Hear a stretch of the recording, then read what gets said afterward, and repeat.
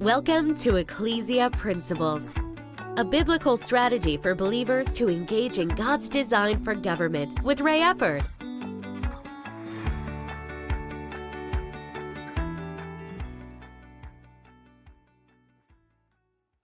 Hello, glad you could join us again today. This week, we're looking at the nature of government. We have to understand the nature of government. God instituted government in Genesis 9:6, but in so doing, he gave a jurisdiction to humanity.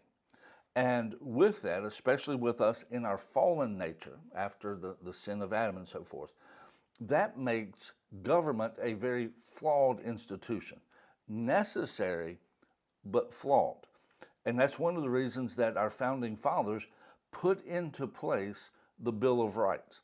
The Bill of Rights, which is the first 10 amendments to the Constitution of the United States, is all restrictions on the federal government. That is their concept of limited government. Limited government is not about size. Limited government is about jurisdiction. It is limited to decide certain things. Now, our text yesterday, and I want to read it again today because it's a little lengthy, but it's important that we understand this. Israel was wanting a king. God didn't want them to have a king. And then he told Samuel, tell them this. And this is what he said in verse 11. 1 Samuel 8, beginning with verse 11. And he said, this will be the behavior of the king who will reign over you.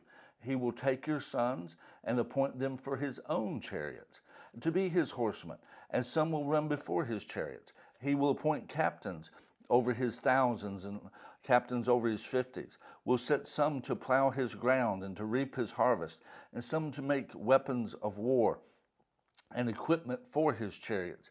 He will take your daughters to be perfumers, cooks, bakers. He will take the best of your fields, your vineyards and your olive groves, and give them to his servants. He will take 1/10 of your grain and your vintage, and give it to his officers and servants. And he will take your male servants, your female servants, your finest young men, and your donkeys, and put them to his work. He will take 1/10 of your sheep, and you will be his servants. See, ultimately, the nature of government, unchecked, if government is unchecked, and this is why the Bill of Rights was put in, was to check it, to put limitations on it. Unchecked, civil government will always go toward the people being the servants of the government. That's just the nature of government. Now, I want to look at this today, particularly regarding freedom of speech, because this is one of the first things that it says that Congress is not to limit or to prohibit, is the freedom of speech. But, now obviously, there are parameters to that. Actually, Galatians chapter 5 uses a phrase that is very applicable. Do not use your liberty as an occasion to the flesh, but by love serve one another. See, the bottom line is the boundaries of liberties are the abuse of someone else. Now, at that point where freedom of speech comes in, is abuse of someone else would be something like slander. You are actually destroying them with your words, intentionally, by design. The example that's so frequently used, you're in a movie theater and you yell fire. Well, everybody's would be afraid and just take off running, and it's a very dangerous situation. Using your words to create danger, basically intentionally. Now, there's a difference between those types of things and someone not liking what you say, someone being offended by what you say. That is an entirely different thing. In all honesty, the freedom of speech is protection from someone who's been offended by what you say, that they can't keep you from saying it. That's ultimately what freedom of speech is all about. And it was specifically addressing, if you get it even more narrow, it was specifically addressing that if those in power, if the government had one view of things and your view of things was different, you still had the right to express your opinion, even though those in power did not like it. That is freedom of speech. And today, we're seeing an increasing growth of government restricting people's speech, restricting people's opinions. You know, one of the outgrowths of COVID, I wish more people kept track of what's been happening in the aftermath of COVID. But the news media is not making a big deal of it. The information is there, and you don't have to go to some sketchy place to find it. But the information is out there. Studies have been done. It is well known among those who are following it that all during COVID, government and organizations, mainly social media type things, were coordinating together to shut down any voice that did not agree with the government. Did not matter if it was factual. Didn't matter that there was nothing untrue about it. If it just left a different impression than the one the government wanted, it had to be shut down. And those were censored, those were removed, and there have been case after case after case. Doctors who had their license restricted have been restored.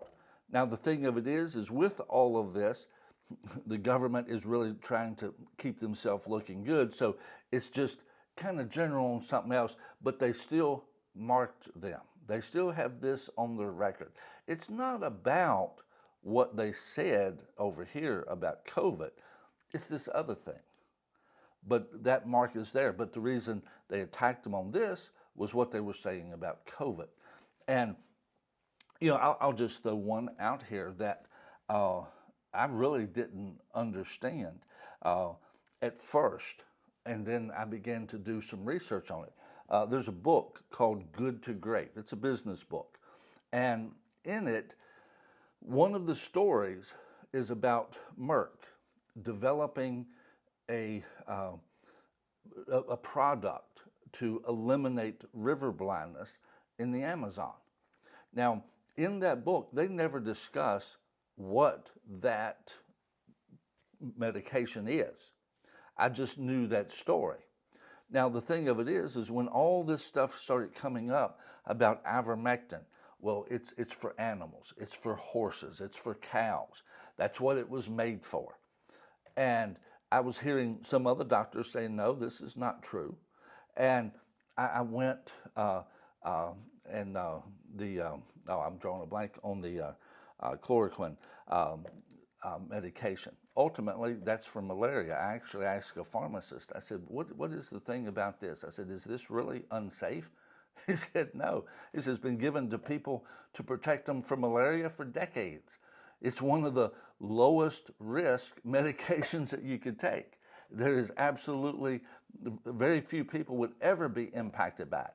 But what you're hearing from government, from news sources, no, that's not the case, and then trying to shut down or make look bad anybody that says anything otherwise. But again, going back to the ivermectin, with this, I started reading up on ivermectin. Well, come to find out, ivermectin was this medication that Merck developed for the people in the Amazon River Basin. that were getting river blindness. And that is how it got invented, because it eliminated that, actually gave many of them their sight back. And with that, I mean, it was a tremendous medication. But at that point, I realized, no, when it comes to the history of ivermectin, it was actually made for people. That's what it was designed for. It was not designed for animals. It was not designed for horses and cows and so forth. It was originally designed for humans. That's what it was for. Now, they found out over time that it worked for a lot of different things. And that's how it came to be used for horses and for cattle and for animals and so forth. But the reality is, it was originally formulated for humans. And there's only one form. There's not a human form and an animal form. There's just one form of it. But you see, with that, there was so much being put out from one side that was actually absolutely not true. But anybody that was coming forth telling truth, then it was getting shut down. See, at that point, these people were offended. Now, why? That's a different question for a different day. But you ought to be concerned about why they were offended over that. Because, see, truth should matter. Truth should matter. And see, the bottom line is, and I'll say this, is I'm a Christian. I believe in Jesus. But I will defend a person's right to say that what they want about Christianity. I won't agree with it. They may attack it, and I may dislike everything they say. I may disagree with everything they say about Christianity. But I want them to have the right to say it. They might talk about me and my ethnicity. And they might say a lot of things that I don't like, that I disagree with, and I just don't want. But I will defend their right to have that opinion. Because the thing of it is when we stop defending the right of free speech, which is ultimately the right of a free conscience. In other words, you have the right to formulate your opinions and your belief system. When we stop defending that, at that point, somebody has to be the arbitrator of that. Somebody. And now the bottom line is that somebody, the elusive they, well, they say, they this, at that point, there's somebody out here that has to assume the role of being the arbitrator of what's allowed and what's not allowed. And at that point in time, that group becomes extremely powerful. And like God told Samuel to tell Israel, here is how they're going to be. Their thoughts aren't going to be about your well-being and what's fair for you and what's good for you. Their thoughts are going to be, how can we make things better for us and those we like? This is why we have to defend the liberty of those that we disagree with. We have to defend the freedom of speech of those that we adamantly disagree and oppose. Because if we restrict them, at some point, we will be restricted. And we are being restricted right now, and we need to push back. God bless you. See you tomorrow.